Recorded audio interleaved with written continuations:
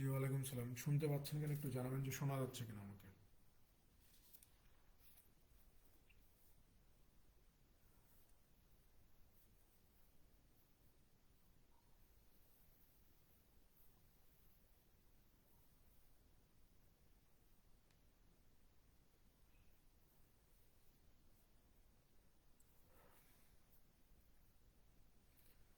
শোনা যাচ্ছে, okay fine. দেখেন, আজকে আমরা এনআরবিসির দুইটা শেষ করব, তাহলে এনআরবিসি ব্যাংকের প্রশ্নগুলো শেষ হয়ে যাবে।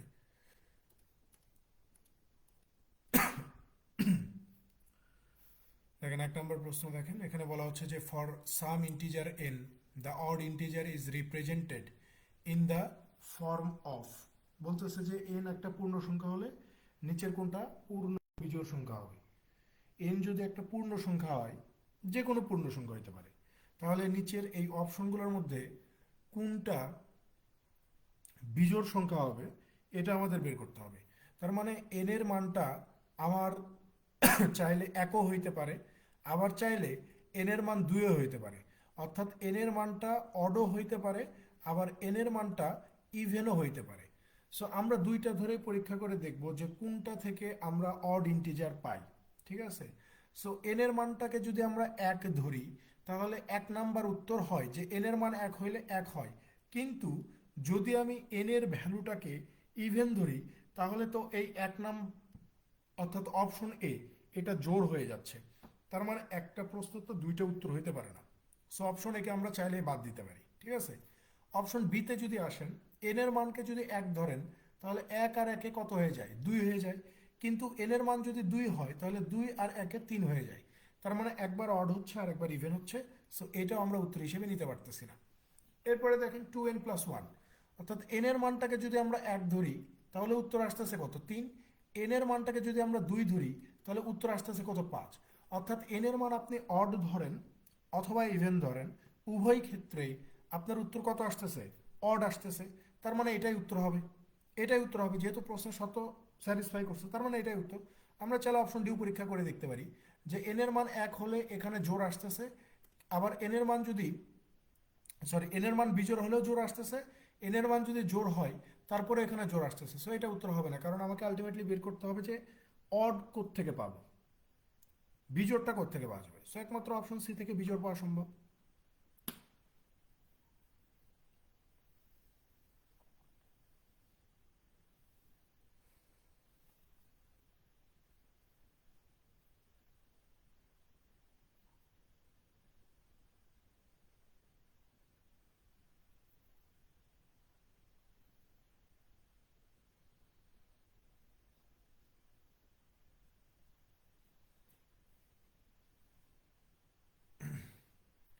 দুই নম্বরে চলে যান।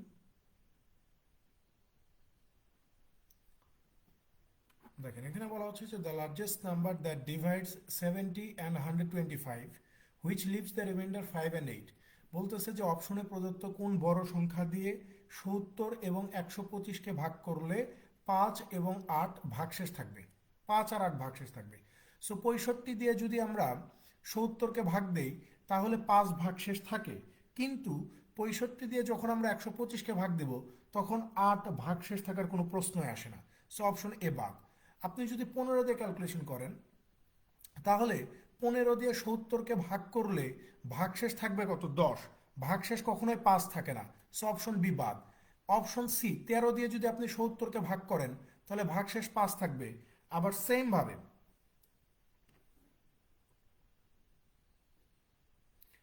আবার সেম ভাবে আপনি যদি 13 দিয়ে 125কে ভাগ করেন, তাহলে ভাগশেষ কিন্তু 8 থাকবে। আমি আপনাকে দেখাই, 13 দিয়ে যদি 70কে ভাগ করি, তাহলে 5 13 65, এই যে ভাগশেষ থাকতেছে 5। আবার 13 দিয়ে যদি আমরা 125কে ভাগ করি, তাহলে 9 13 117, এই যে ভাগশেষ থাকতেছে 8। তার মানে একমাত্র অপশন সি 13 দিয়ে ভাগ করলেই ভাগশেষ 5 এবং 8 পাওয়া যায়। সো অপশন সি হবে এই প্রশ্নের সঠিক উত্তর। 25 উত্তর হবে না, কারণ 25 দিয়ে 125কে ডিভিজিবল। ঠিক আছে, 5 25 125 নিঃশেষে বিভাজ্য হয়ে যাচ্ছে, কোনো ভাগশেষ থাকার প্রশ্নই আসে না। সো এখানে সঠিক উত্তর হচ্ছে 13।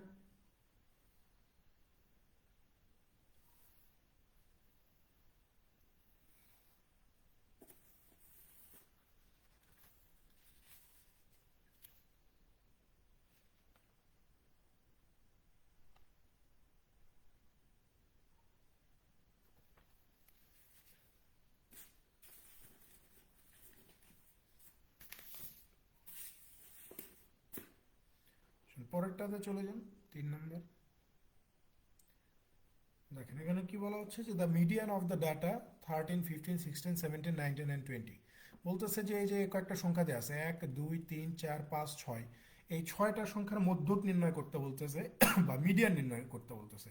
সো আপনাকে যখন এই যে মধ্যক নির্ণয় করতে বলবে, মধ্যক নির্ণয় করা আর গড় নির্ণয় করা মোটামুটি কাছাকাছি পর্যায়ের আর কি, মানে একটু ভিন্নতা আছে কিন্তু কাছাকাছি পর্যায়ে।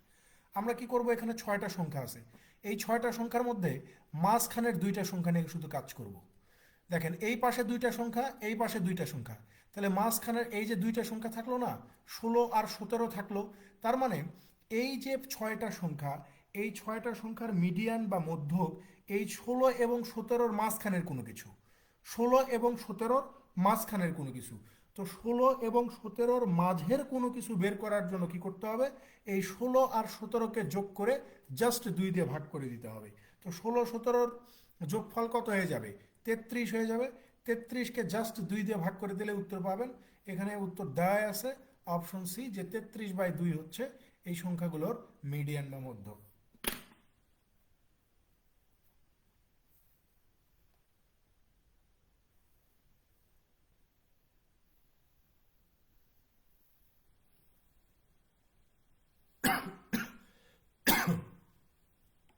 পরেরটাতে চলে যান, 4 নম্বর।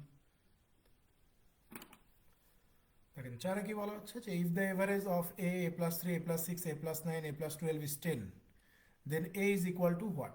বলতেছে যে এখানে বেশ কয়েকটা সংখ্যা দেওয়া আছে, যেমন এ একটা সংখ্যা, a+3 একটা সংখ্যা, a+6 একটা সংখ্যা, a+9 একটা সংখ্যা, a+12 একটা সংখ্যা। এই যে 1, 2, 3, 4, 5, এই 5টা সংখ্যার গড় দেওয়া আছে কত, 10। তাহলে 5টা সংখ্যার গড় যদি আমার 10 হয়, কথা বুঝছেন, 5টা সংখ্যার গড় যদি 10 হয়, তাহলে এই 5টা সংখ্যার সমষ্টি কত হবে। আমরা সবাই জানি যে 5টা সংখ্যার গড় 10 হলে 5টা সংখ্যার সমষ্টি হবে কত, 50। তো 5টা সংখ্যার সমষ্টি যদি 50 হয়, তাহলে আমরা এখানে লিখতে পারি যে 5a প্লাস 3, 6, 9, 9, 18, 12 কত, 30। তাহলে 5a plus 30 is equal two 50। তাহলে এই যে 5a ইজ ইকুয়াল টু কত, 20। তাহলে a ইজ ইকুয়াল টু কত, 4। প্রশ্নে তো এটাই জিজ্ঞাসা করছে যে ভাই এর মানটা কত সেটা বের করো। সো এর মান বের হয়ে গেছে কত, 4। সো এই 4ই উত্তর হবে।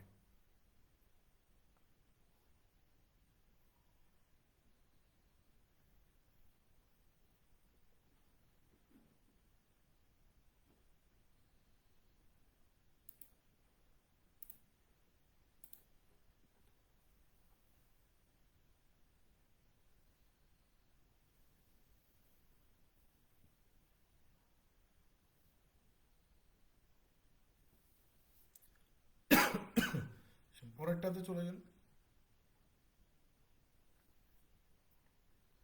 Dice is thrown in the air, the probability of getting odd numbers each। বলতেছে যে একটা ছক্কা, ছক্কা তো বোঝেন, লুডো আমরা মোটামুটি সবাই খেলছি, যে একটা ছক্কা যদি আপনি উপরে নিক্ষেপ করেন তাহলে বিজোড় সংখ্যা ওঠার সম্ভাবনা কত হবে। তাহলে খেয়াল করেন, প্রবাবিলিটি মানে আমরা কি জানি, প্রবাবিলিটি মানে হচ্ছে favourable outcome divided total outcome, তাই না। সো এখানে টোটাল আউটকাম কত, একটা ছক্কা যদি আমি উপরের দিকে নিক্ষেপ করি তাহলে 6টা আউটকাম পাওয়ার সম্ভাবনা আছে, হয় 1, নয় 2, না হলে 3, না হলে 4, না হলে 5, না হলে 6, যে কোনো একটা তো উঠবে। তার মানে টোটাল আউটকাম কত, 6। তার মধ্যে ফেভারেবল আউটকামটা কত হবে, অর্থাৎ বিজোড় সংখ্যা ওঠার সম্ভাবনা কত। তো 1 থেকে 6 পর্যন্ত বিজোড় সংখ্যা কয়টা আছে, 3টা, 1 একটা, 3 একটা, 5 একটা। তার মানে এই 3টার যে কোনো একটা ওঠার সম্ভাবনা কত এটা জিজ্ঞাসা করছে। তার মানে ফেভারেবল আউটকাম কয়টা, 3টা। এটা যদি আমরা ক্যালকুলেশন করি তাহলে কত পাবো, হাফ পেয়ে যাব। তার মানে একটা ছক্কা উপরে নিক্ষেপ করলে বিজোড় সংখ্যা ওঠার সম্ভাবনা হাফ।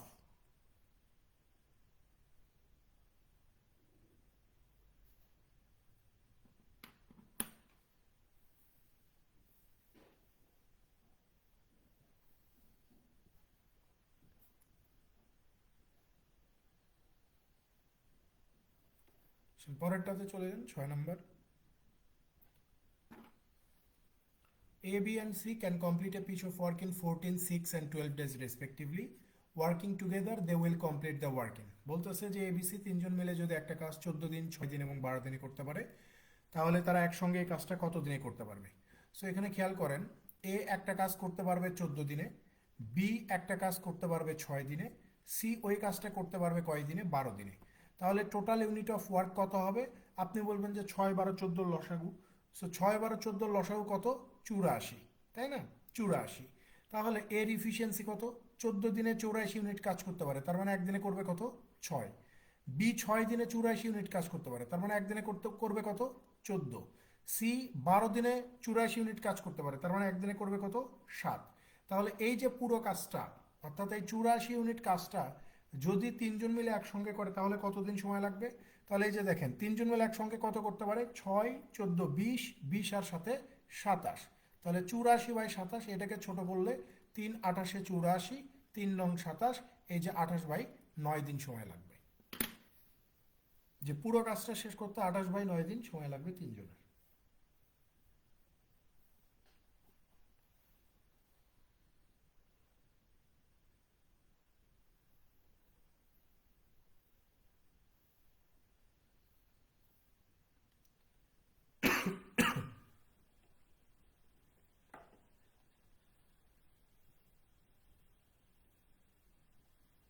পরেরটাতে চলে যান, 7 নম্বর। এখানে বলা হচ্ছে যে if the sum of frequencies is 24, then the value of x in the observation x 5 6 1 2 will be. এখানে বলা হচ্ছে যে ভাই এখানে বেশ কয়েকটা সংখ্যা দেওয়া আছে, যেমন এক্স একটা সংখ্যা, 5 একটা সংখ্যা, 6 একটা সংখ্যা, 1 একটা সংখ্যা এবং 2 একটা সংখ্যা। এই যে 5টা সংখ্যা, এই 5টা সংখ্যার যোগফল কত? এই যে বলতেছে 24। এই 5টা সংখ্যার যোগফল 24 হলে এক্স এর মানটা জিজ্ঞাসা করছে যে এক্স এর ভ্যালু কত। তাহলে এই যে 24 বিয়োগ 6 5 11 2 13 আর 1 14, এই যে 24 থেকে 14 বাদ দিলে এক্স এর মান আমরা কত পেয়ে যাব? 10। So x is equal to 10।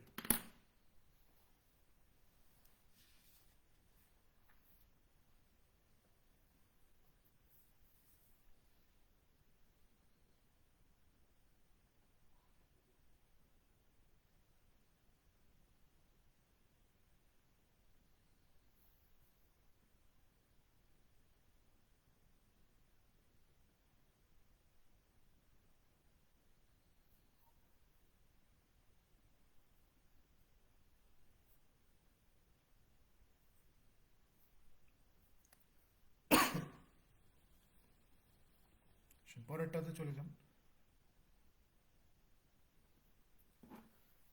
দেখেন 8 নম্বরে বলা হচ্ছে যে if a certain sum of money can become 5 times of its principal in 10 years, then the rate of interest is.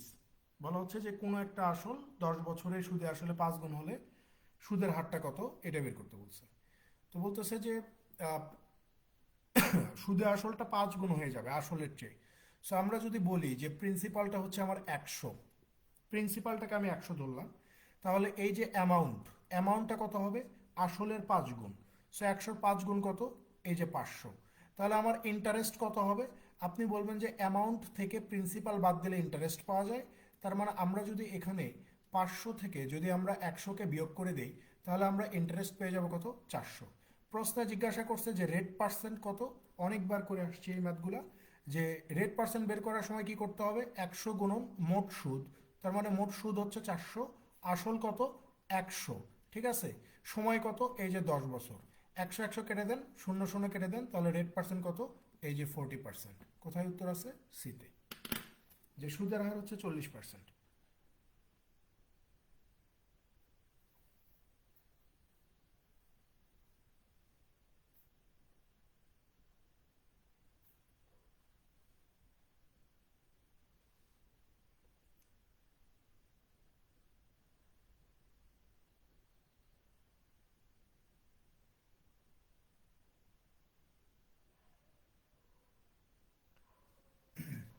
পরেরটাতে চলে যান। দেখেন 9 নম্বর অঙ্কটা দেখেন, এখানে বলা হচ্ছে যে if x equal to 3 + 2√2, what is the value of √x - 1/√x। দেখেন এ ধরনের প্রশ্ন আপনারা চাইলে আমি বলবো যে সূত্র দিয়েই সবাই করে, আপনি সূত্র দিয়েই করবেন। এখানে সবচেয়ে বড় একটা ঝামেলা হচ্ছে যে এখানে এক্স এর ভ্যালু দেওয়া আছে, আপনাকে এই এক্সকে আগে রুটে কনভার্ট করতে হবে, তারপরে আপনি এই ম্যাথটা সমাধান করতে পারবেন। কিন্তু দেখেন এগুলার মানে এগুলো আপনারা জানেন আই থিঙ্ক, ঠিক আছে? যে আপনি চাই, আমি বারবার বলতেছি, চাইলে সূত্র দিয়ে করতে পারেন, ওইটাতে আসলে দেখানোর কোনো কিছু নাই, সূত্র দিয়ে চাইলেই করা যায় এটা। আমরা সূত্রই প্রয়োগ করব, বাট আমরা এখানে যে ঝামেলাটা করব না সেটা হচ্ছে যে এই যে আমাকে বলে নাই যে রুট এক্স মাইনাস 1/√x এইটার মান কত, ঠিক আছে? সো এই যে আমাকে দেওয়া আছে এক্স এর ভ্যালু, যে এক্স সমান সমান হচ্ছে 3 + 2√2।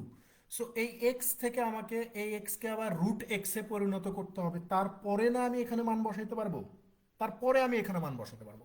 এর চেয়ে বেটার আমি যেটা করব যে ভাই আমি রুটই তুলে দিব, এই যে রুট, এই রুট আমি তুলে দিব। কিভাবে তুলে দিব? এগুলো হচ্ছে কমন টাইপের প্রশ্ন। দেখেন কিভাবে তুলবো। আমি ধরেই নিচ্ছি যে এইটার মান আমি তো জানি না, এইটার মান আমাকে বের করতে হবে। সো আমি যদি বলি যে √x - 1/√x সমান সমান টি, কোনো সমস্যা আছে? কোনো সমস্যা আছে? কোনো সমস্যা নেই। যে আমি এইটা সমান সমান ধরে নিলাম টি, তার মানে টির মান বের করলেই আমার উত্তর বের হয়ে যাচ্ছে।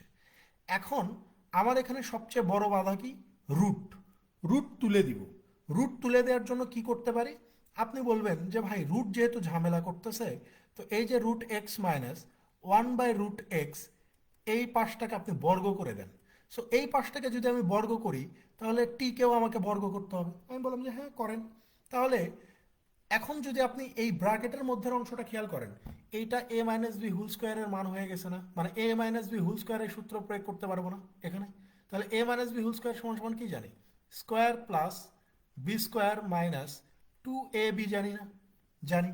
তাহলে আপনি বলবো যে হ্যাঁ এখানে সূত্রটা লাগান।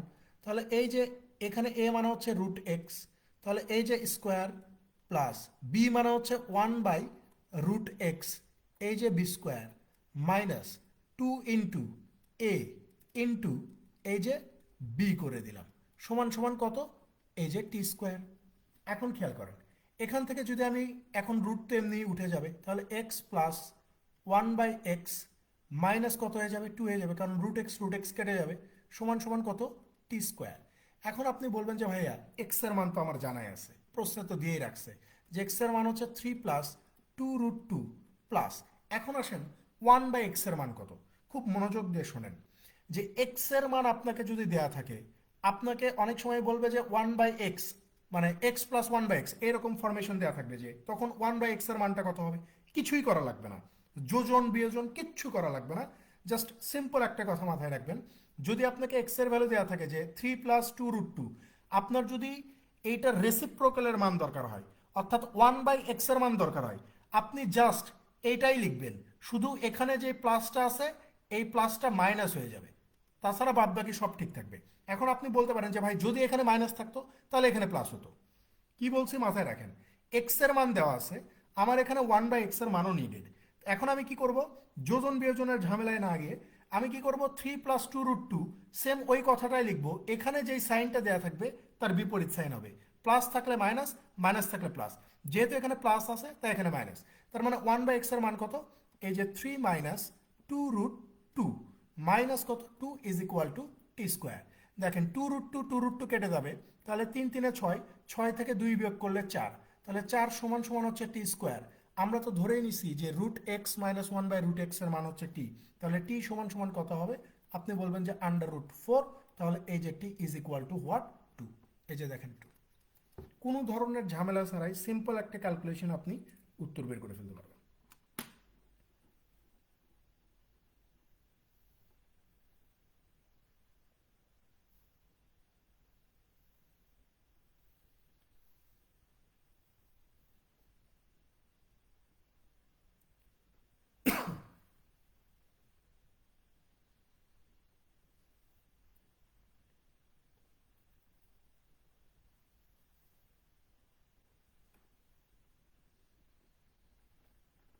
পরেরটাতে চলে যান, 10 নম্বর।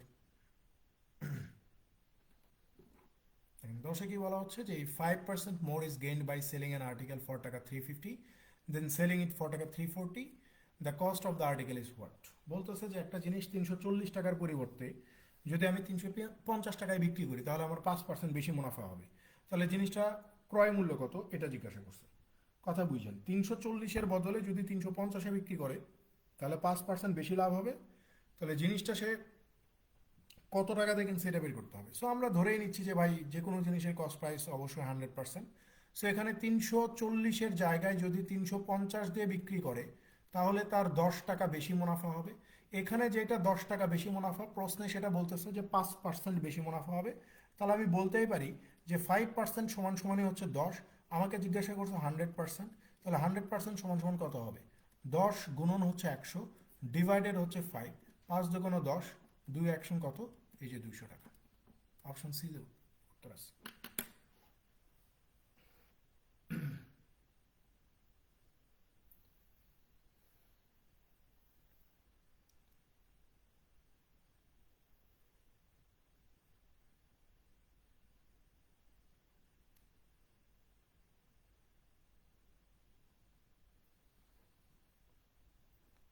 পরেরটাতে চলে যান, 11 নম্বর। দেখেন 11 নম্বরে একটা সিম্পলিফিকেশন দেওয়া আছে যে এখানে এক্সপ্রেশনটা হচ্ছে মূলত এরকম যে 1 মাইনাস হাফ স্কোয়ার, আলহামদুলিল্লাহ, 1 মাইনাস 1/3 স্কোয়ার। ঠিক আছে, এটা ক্যালকুলেশন করতে হবে, এটা সলভ করতে হবে। আলহামদুলিল্লাহ। তাহলে দেখেন এটা যদি আমরা সলভ করি তাহলে এখানে 2 লসাগু করলে 2 মাইনাস 1, এই যে স্কোয়ার। এখানে যদি 3 লসাগু করি তাহলে 3 মাইনাস 1 স্কোয়ার। তাহলে এখানে হচ্ছে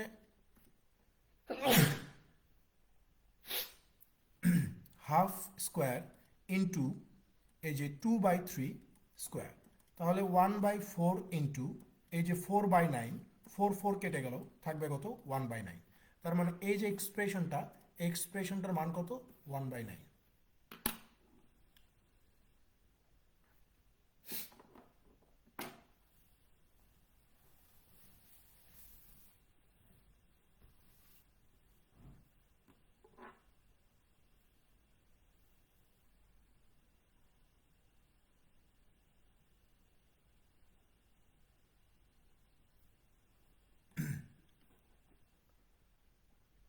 এখন আমরা দেখবো যে এনআরবিসির এমটিওর 2018 সালের পরীক্ষার প্রশ্নগুলো। দেখেন এখানে বলা হচ্ছে যে the maximum recommended pulse rate আর when exercising for a person which x years of age is given by the equation r equal to এত, what is the age in years of a person whose maximum recommended pulse rate when exercising is 140? বলতেছে যে ভাই এখানে একটা equation দেওয়া আছে, এই ইকুয়েশনটা solve করে ওই মানুষটার বয়স আপনাকে বের করতে হবে। মূল কথা এক্স এর ভ্যালু বের করা লাগবে। এখানে সব কিছু দেওয়া আছে যে একটা পালসের সর্বোচ্চ দাম দেওয়া আছে আর টাকা, এবং এই আর এর ভ্যালুটা দেওয়া আছে কত? 140।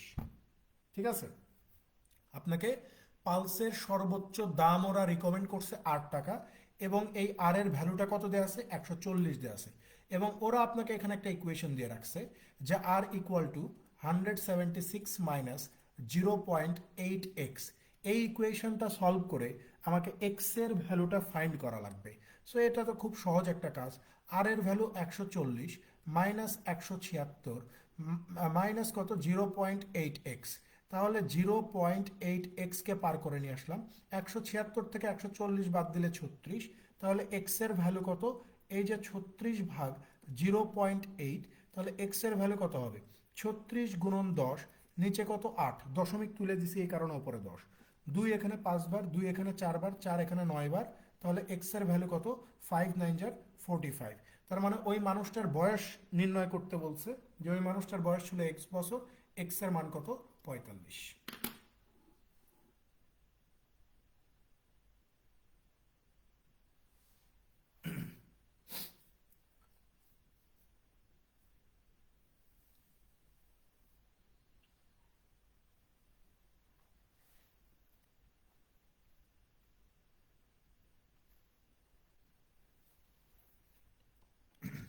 পরেরটাতে চলে যান।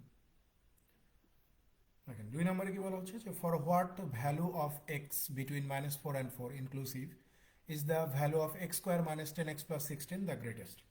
বলতেছে যে ভাই -4 থেকে 4-এর মধ্যে এক্স এর কোন মানের জন্য x square minus 10x plus 60 মান সর্বোচ্চ কত হবে? অর্থাৎ এক্স এর মান -4 থেকে 4-এর মধ্যে যে কোনো একটা সংখ্যা হবে। ঠিক আছে, সেটা পজিটিভ নেগেটিভ যে কোনো কিছু হতে পারে। যে এক্স এর মান -4 থেকে 4-এর মধ্যে কোন সংখ্যাটা ধরলে ওই যে এক্সপ্রেশনটা দেওয়া আছে x square minus 10x plus 16, এখান থেকে আমি সর্বোচ্চ ভ্যালু পাবো এটা বের করতে হবে। সো এটা অনেকভাবে করা যায়, ডিরেক্ট আপনি বসায় দিতে পারেন, অথবা আপনি এটাকে একটু সিম্পলিফাই করতে পারেন। সিম্পলিফাই করে করাই হচ্ছে সবচেয়ে সহজ কাজ। যে x square minus 10x plus 16, তাহলে x square minus 8×2 = 16, 8x minus 2x plus 16 is equal to শূন্যই ধরেন। তাহলে এখানে এক্স কমন নিলে এক্স মাইনাস 8, এখানে মাইনাস 2 কমন নিলে x minus 8 is equal to কত? 0। তাহলে x minus 8 into x minus 2 সমান সমান 0। এখন আমাকে জাস্ট এক্স এর যে কোনো একটা মান ধরতে হবে। সো এক্স এর কোন কোন মান ধরবো সেটা আমার এখানে দেওয়া আছে। শূন্য ধরতে পারবো না, শূন্য ধরবো না, যেহেতু আমি সর্বোচ্চ মান বের করব। সো আমি শূন্যকে প্রথমে বাদ দিয়ে দিচ্ছি। সো আমি যদি নেগেটিভ ভ্যালুটাকে ধরি, কারণ এখানে আলটিমেটলি আপনার যেহেতু গুণ অবস্থায় আছে, সো নেগেটিভ ভ্যালু ধরলেও এখানে সেটা পজিটিভ হয়ে যাবে।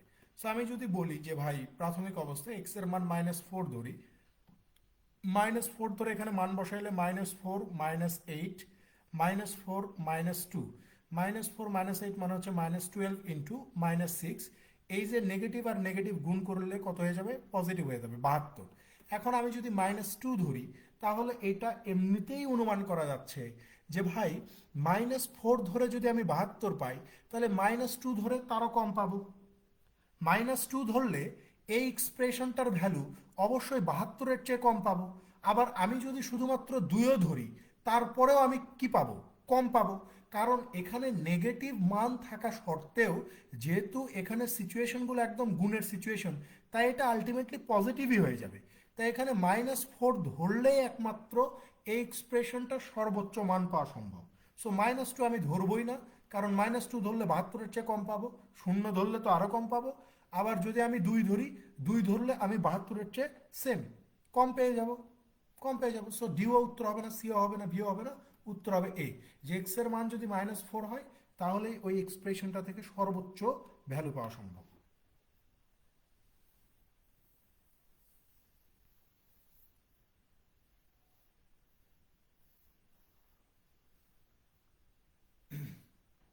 পরেরটাতে চলে আসে, দেখেন which is the value of √28 into, দেখেন এক্সপ্রেশনটা খেয়াল করেন। এখানে বলা হচ্ছিল যে √28 ইন্টু √24 ডিভাইডেড √42 ইন্টু √8, ঠিক আছে? এইটার ভ্যালু আমাকে জিজ্ঞাসা করছে। সো আমরা দেখেন ভ্যালু বের করার চেষ্টা করব। আমরা 28কে ভাঙতে পারি এইভাবে যে 4 × 7, আবার 24কে ভাঙতে পারি এইভাবে যে 4 × 6, ঠিক আছে? আপনি বলতে পারেন যে 2 × 14 = 28 হয়, আবার 12 × 2 = 24 হয়, সেটা কেন ধরল না? কারণ আমার টার্গেট হচ্ছে এখান থেকে এমন কোনো সংখ্যা দিয়ে গুণ করা যাতে করে আমি তার উপর স্কোয়ার রুট করলে সেটা মানে স্কোয়ার রুট মুক্ত হয়ে যায়, মানে রুট মুক্ত হয়ে যায়, ঠিক আছে? এই জন্য আমি 4 দিয়ে করছি। 42-এর ক্ষেত্রেও সেম, যে আমরা এটাকে 6-7 ধরতে পারি। 6-7 ধরতে পারবো না? 6-7 ধরতে পারবো, কারণ 6-7 42, তাছাড়া এমন কোনো সংখ্যা নাই যে এটা করলে আমরা ইয়ে পেয়ে যাবো। 6-7, 6-7 ধরেই ভাঙতে হবে। তারপরে 8কে আমরা আবার ওই 4 × 2 ভাঙতে পারি। তাহলে খেয়াল করেন ওপরে কত হচ্ছে, 4-এর উপরে রুট করলে শুধু 2 পাওয়া যাবে, তার মানে 2√7 ইন্টু, এখানেও তাই 2√6, আর এখানে কত 6 × 7 গুণন কত 2√2 হয়ে যাচ্ছে, তাই না? তো উপরের দুইটাকে যদি আমরা গুণ করে দিই, তাহলে 2×2 = 4 ইন্টু √7 × 6 ডিভাইডেড কত, এই যে √6 × 7 গুণন আবার কত, এই যে 2√2। তাহলে এই যে √7 × 6 আর এই যে √6 × 7, এই দুইটা ক্যান্সেল আউট হয়ে যাবে। ক্যান্সেল আউট হয়ে যাওয়ার পরে এই যে 2, এই 4-এর ভিতরে 2 বার যাবে, তাহলে ওপরে শুধু 2 থাকবে, নিচে কত থাকবে, √2 থাকবে। তাহলে 2কে আমরা লিখতে পারি যে √2 × √2, আর নিচে কত, √2। √2 কেটে যাবে, তাহলে আলটিমেটলি আনসার কত, শুধু √2 হবে। আলটিমেট আনসার কত হয়ে যাবে, শুধু √2 হবে। দেখেন এই যে অপশনে দেওয়া আছে √2, অপশনের দিকেও নজর দিতে হবে এই ধরনের প্রশ্নে।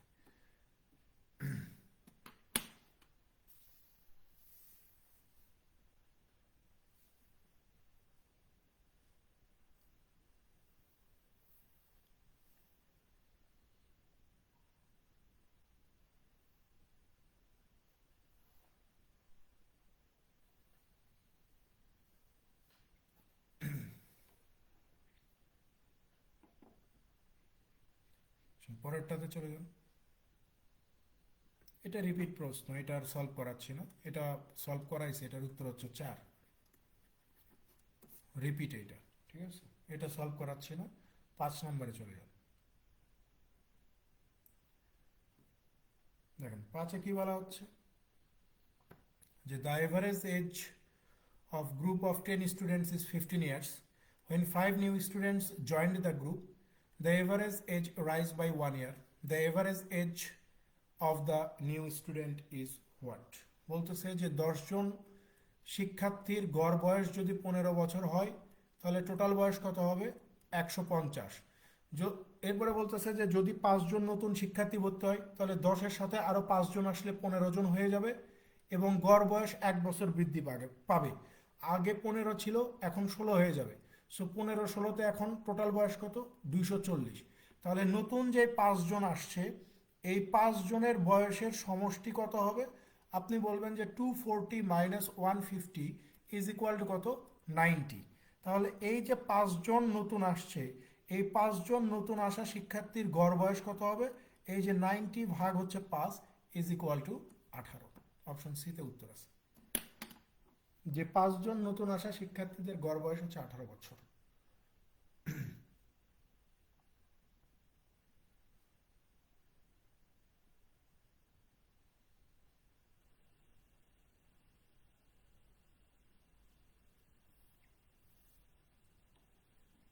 পরেরটাতে চলে যান, 6 নম্বর।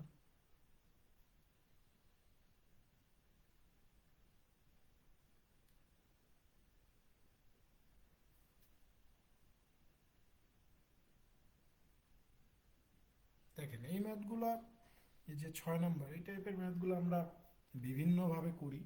স্কুলে যেভাবে করে আসছে ওইভাবে করার চেষ্টা করি, এবার আমাদের সময় নষ্ট হয়, ঠিক আছে। এখানে কি বলা হচ্ছে যে 3 men or 5 women or 8 boys can finish a work in 38 days. How many days will be required to complete the same work by 6 men, 10 women and 6 boys together? বলতেছে যে কোনো একটা কাজ 3 জন পুরুষ অথবা 5 জন মহিলা অথবা 8 জন বালক 38 দিনে করতে পারে। বলতেছে যে ওই একই কাজ 10 জন মহিলা, 6 জন পুরুষ এবং 6 জন বালক একত্রে করলে কতদিন সময় লাগবে কাজটা করতে? খেয়াল করেন, যখনই পুরুষ মহিলা বা পুরুষ বালক মহিলা বালকের অঙ্ক আসবে, তখনই আমাদের তাদের ইফিসিয়েন্সির দরকার পড়বে, যে তাদের ইফিসিয়েন্সি কত। এখানে যে পুরুষরা কাজ করে, এই 3 জন পুরুষের ইফিসিয়েন্সি কত? খেয়াল করেন, এখানে কাজটা প্রথম অংশে হয় 3 জন পুরুষ মানুষ করবে, অথবা 5 জন মহিলা মানুষ করবে, অথবা 8 জন বালক করবে। তার মানে এরা প্রত্যেকে সমান কাজ করতে পারে, হয় 3 জন পুরুষ সমান সমান 5 জন মহিলা, আবার 5 জন মহিলা সমান সমান হচ্ছে 8 জন বালক। সো আমরা রেশিওতে বা এভারেজের মনে হয় 2-1টা অঙ্ক এরকম করে আসছি। এখান থেকে চাইলে আমরা এই যে পুরুষ, মহিলা এবং বালকের ইফিসিয়েন্সি বের করতে পারি। তো দেখেন, যখন আমরা পুরুষের ইফিসিয়েন্সি বের করব, তখন আমরা এই যে মহিলার সংখ্যা 5 আর বালকের সংখ্যা 8, এই দুইটাকে গুণ করে দিব। আবার যখন আমরা মহিলারটা বের করব, তখন পুরুষের সংখ্যা 3-এর সাথে এই যে বালকের সংখ্যা 8কে গুণ করে দিব।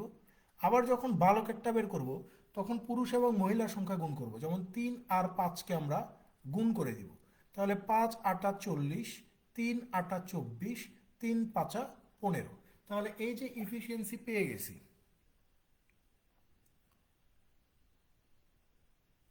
এই যে ইফিসিয়েন্সি আমরা পেয়ে গেছি, তাই না? ইফিসিয়েন্সি পেয়ে গেছি। এখন আমরা চাইলে কিন্তু টোটাল কাজের পরিমাণটা বের করতে পারি, যে টোটাল কাজের পরিমাণটা কত। যদি আমি পুরুষদেরকে নিয়ে কাজটা করতে চাই, তাহলে কাজটা 3 জন পুরুষ করবে, প্রত্যেকটা পুরুষের ইফিসিয়েন্সি কত? 40 করে। তাহলে কতদিন সময় লাগবে? এই যে 38 দিন সময় লাগবে। আপনি মহিলাদেরকে ধরেও কাজ করতে পারেন, বালকদেরকে ধরেও কাজ করতে পারেন, আপনার বিষয়। তার মানে আমার পুরো কাজের পরিমাণটা হচ্ছে 3 × 40 × 38। এই কাজটাই কতদিন লাগবে করতে, এইটা জিজ্ঞাসা করছে। যদি কাজটা 6 জন পুরুষ, প্রত্যেক পুরুষের এফিসিয়েন্সি 40, 10 জন মহিলা, প্রত্যেক মহিলার এফিসিয়েন্সি 24, প্রত্যেক বালক 6 জন বালক, প্রত্যেক বালকের এফিসিয়েন্সি হচ্ছে 15। তাহলে এদের কতদিন সময় লাগবে? আপনি বলবেন যে ডি ইন্টু 40 × 6 240, 240 কত হয়? 480, 480 আর 90 কত?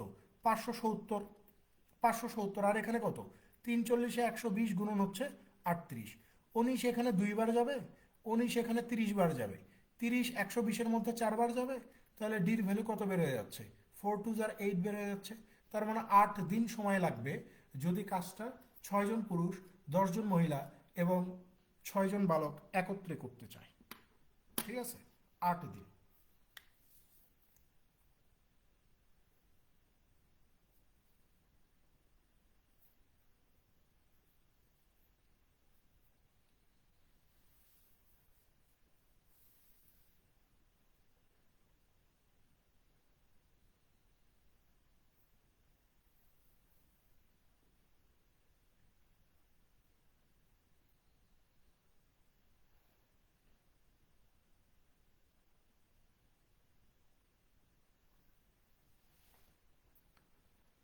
পরেরটাতে আসেন, 7 নম্বর। সাথে কি বলতেছে যে if the perimeter of a rectangular garden plot is 34 feet and its area is 60 square feet, what is the length of each of the longer sides? এখানে বলা হচ্ছে যে একটা আয়তকার বাগানের পরিসীমা হচ্ছে 34 ফিট এবং এই আয়তকার বাগানের ক্ষেত্রফল হচ্ছে 60 বর্গ ফিট। তো জিজ্ঞাসা করছে যে লেন্থটা কত, ওই বাগানের লেন্থটা কত হবে। সো আমরা জানি যে আয়তক্ষেত্রের পরিসীমা বের করার যে ফর্মুলা সেটা হচ্ছে 2 × দৈর্ঘ্য যোগ প্রস্থ ইজ ইকুয়াল টু কত পরিসীমা? এই যে 34 দেওয়া আছে, তাহলে এই যে দৈর্ঘ্য আর প্রস্থের যোগফল কত হবে? এই যে 17 হয়ে যাবে। এবং প্রশ্ন আমাকে এটাও বলতেছে যে দৈর্ঘ্য আর প্রস্থ এই দুইটা গুণ করলে 60 পাবো। আমরা আর কোনো ক্যালকুলেশনে করব না, ঠিক আছে, কোনো ক্যালকুলেশন করবো না, আমরা ইজিলি এটা বের করতে পারবো। এটা সেদিন এই যে কোন একটা ব্যাচে পড়াইলাম। আমরা যদি এখানে 60-এর ফ্যাক্টরগুলো খেয়াল করি, যে 60-কে 60 হইতে পারে, 30 দুকোনো 60 হইতে পারে, 3 20-এ 60 হইতে পারে, 4 15 60 হইতে পারে এবং 5 12 60 হইতে পারে, তাই না? আমাকে বলেই দিছে যে দৈর্ঘ্য আর প্রস্থের গুণফল 60। তার মানে আমি যদি দৈর্ঘ্যটাকে 12 ধরি, প্রস্থটাকে 5 ধরি, তাহলে 5 12 60 হয়ে যাচ্ছে। এবং আমাকে এইটাও ওরা বলতেছে যে দৈর্ঘ্য আর প্রস্থ যোগ করে দিলে 17 পাওয়া যাবে। তো দৈর্ঘ্য 12, প্রস্থ 5 ধরলে আমি কত পাই? 17 পাই। তো আমাকে জিজ্ঞাসা করছে যে সবচেয়ে বড় দৈর্ঘ্যটা কত, মানে লেন্থটা কত হবে ওই আয়তক্ষেত্রের? এই যে 12 ফিট হবে। যে দৈর্ঘ্য হচ্ছে আমার 12। ঠিক আছে, কিছু করা লাগবে না, দেখেই বোঝা যাচ্ছে। 60-এর ফ্যাক্টরও খোঁজা লাগবে না, এত ছোট সংখ্যা দেখেই বুঝতে পারবেন যে উত্তর কোনটা হবে।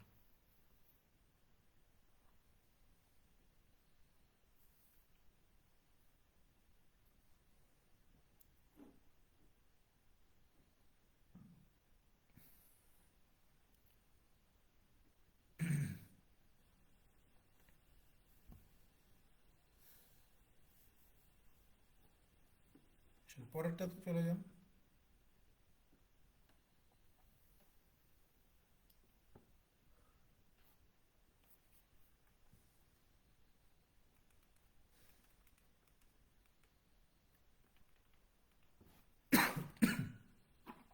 দেখেন 8 নম্বরে বলা হচ্ছে যে a candidate scoring 25% marks in an examination fails by 30 marks while another candidate who scored 50% marks gets 20 marks more than the minimum pass marks.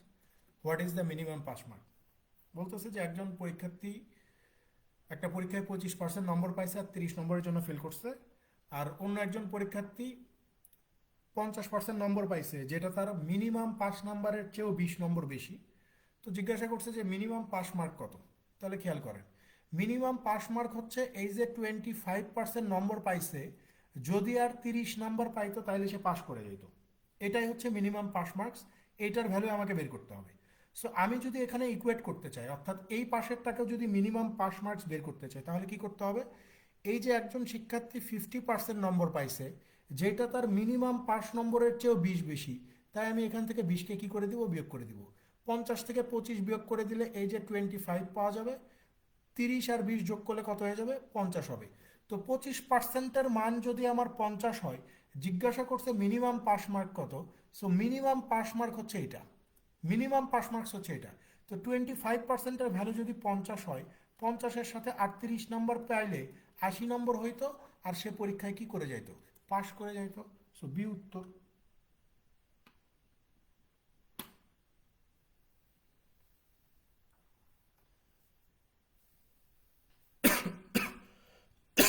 যদি টোটাল নাম্বার বলতো তাহলে 200 বা সামথিং কিছু একটা বলতাম, ঠিক আছে। তো জিজ্ঞাসা করছে যে what is the minimum pass mark, মানে শুধুমাত্র 5 নম্বরটা কত, ঠিক আছে। যদি আমাকে বলতো যে মোট নম্বর কত, কত নম্বরের মধ্যে পরীক্ষা হয়েছে, তখন আমি 100%-এর উত্তর বের করে দিতাম 200, ঠিক আছে।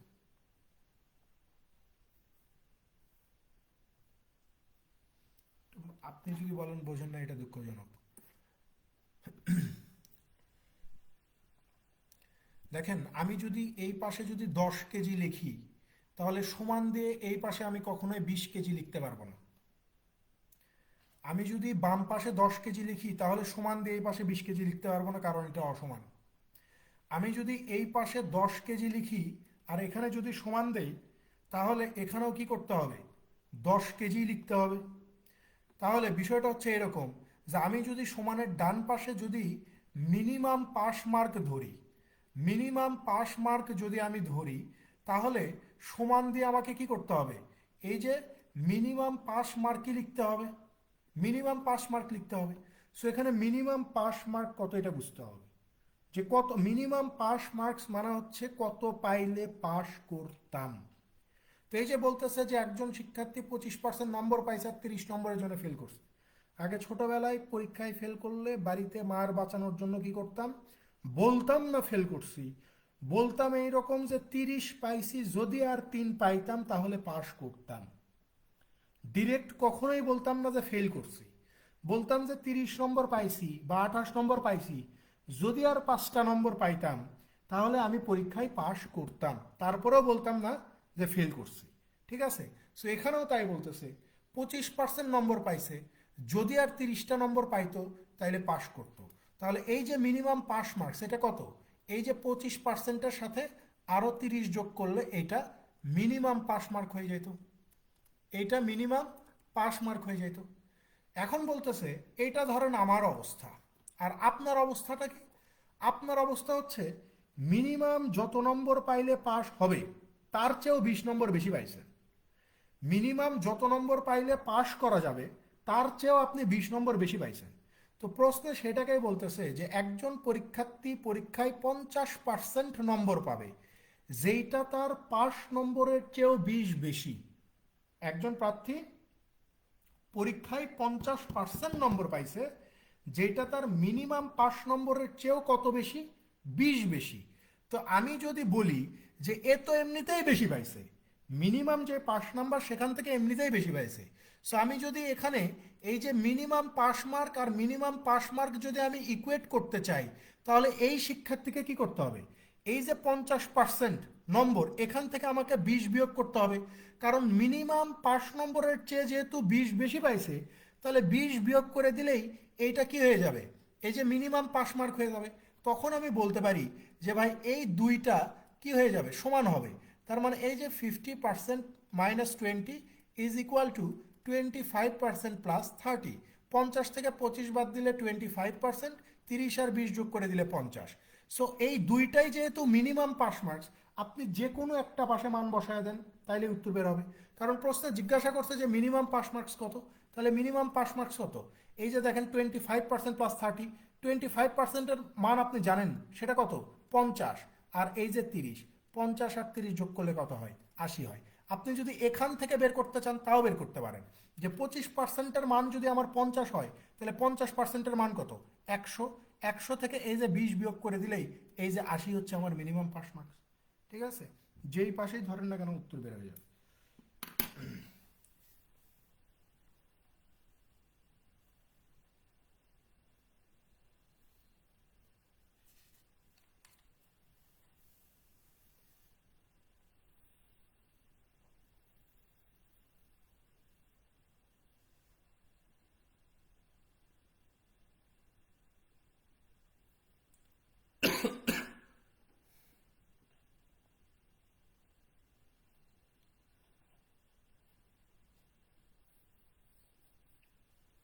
9 নম্বরে কি বলা হচ্ছে যে a man sold his watch at a loss of 5%, had he sold it for taka 56.25 মোর, he would have gained 10%, what was the cost on the watch.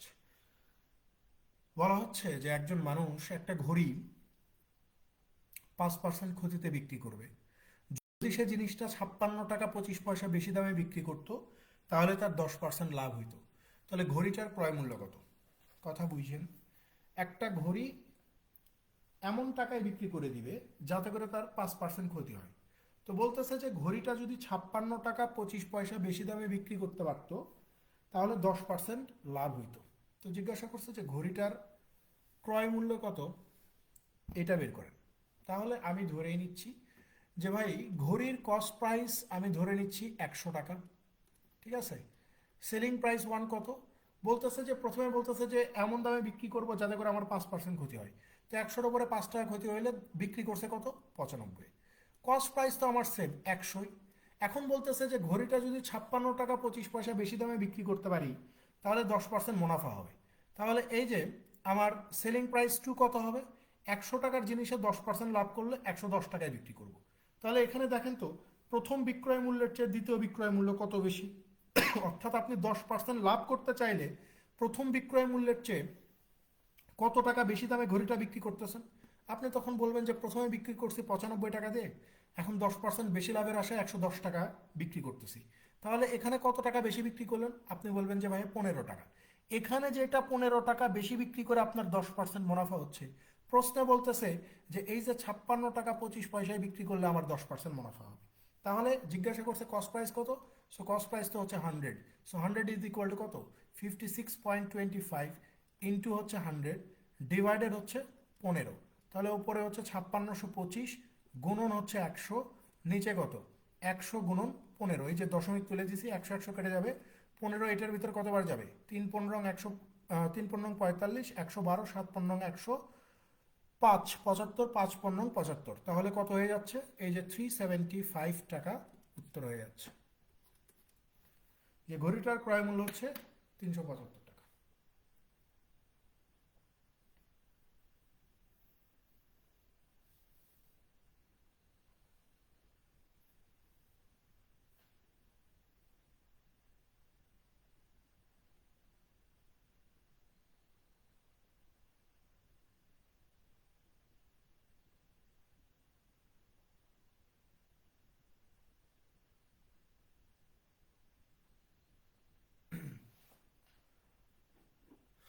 পরেরটাতে চলে যান, 10 নম্বর।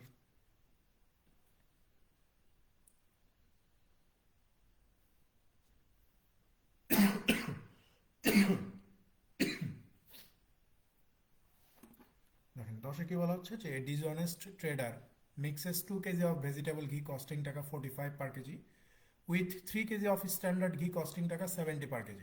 He sells the mixed ghee at টাকা 65 per kg. What is his percentage profit? বলতেছে যে একজন অসৎ ব্যবসায়ী মানে নিম্নমানের 2 কেজি ঘি যেগুলোর দাম হচ্ছে 45 টাকা কেজি, এইটার সাথে স্ট্যান্ডার্ড কোয়ালিটির 3 কেজির ঘি মিক্স করে দিছে যেগুলোর দাম হচ্ছে 70 টাকা পার কেজি, ঠিক আছে। তার মানে টোটাল এই 5 কেজি ঘি সে কিনছে কত টাকা দিয়ে? এই যে 300 টাকা দিয়ে, 300 টাকা দিয়ে কিনছে, এটা হচ্ছে তার কস্ট প্রাইস। এখন এই যে ভালো কোয়ালিটির ঘি আর খারাপ কোয়ালিটির ঘি টোটাল মিলে কত? 3 2 5 কেজি। এই 5 কেজি ঘি সে মিক্স করে কত টাকা কেজি দরে বিক্রি করছে? 65 টাকা কেজি দরে বিক্রি করছে। তাহলে সেলিং প্রাইস কত? 5 65-তে 325 টাকা। তাহলে সে এখানে প্রফিট করলো কত? আপনি বলবেন যে 300 টাকা দিয়ে কিনে 325 টাকায় বিক্রি করে দিছে, তার মানে ওই অসৎ ব্যবসায়ী এখানে প্রফিট করছে 25 টাকা। সো প্রশ্নে জিজ্ঞাসা করছে যে প্রফিট পার্সেন্টেজ কত। প্রফিট পার্সেন্টেজ সবসময় হিসাব করতে হবে কস্ট প্রাইসের ওপরে। সো কস্ট প্রাইস হচ্ছে 300 টাকা, প্রফিট হচ্ছে 25 টাকা, গুণন হচ্ছে 100, 2 0 2 0 কেটে দেন, 3 25-এর ভিতরে যাবে হচ্ছে 8 সমস্ত 1/3%, বা এটাকে আপনি চাইলে 8.33%ও বলতে পারেন। উত্তর দেওয়া আছে 8.33%।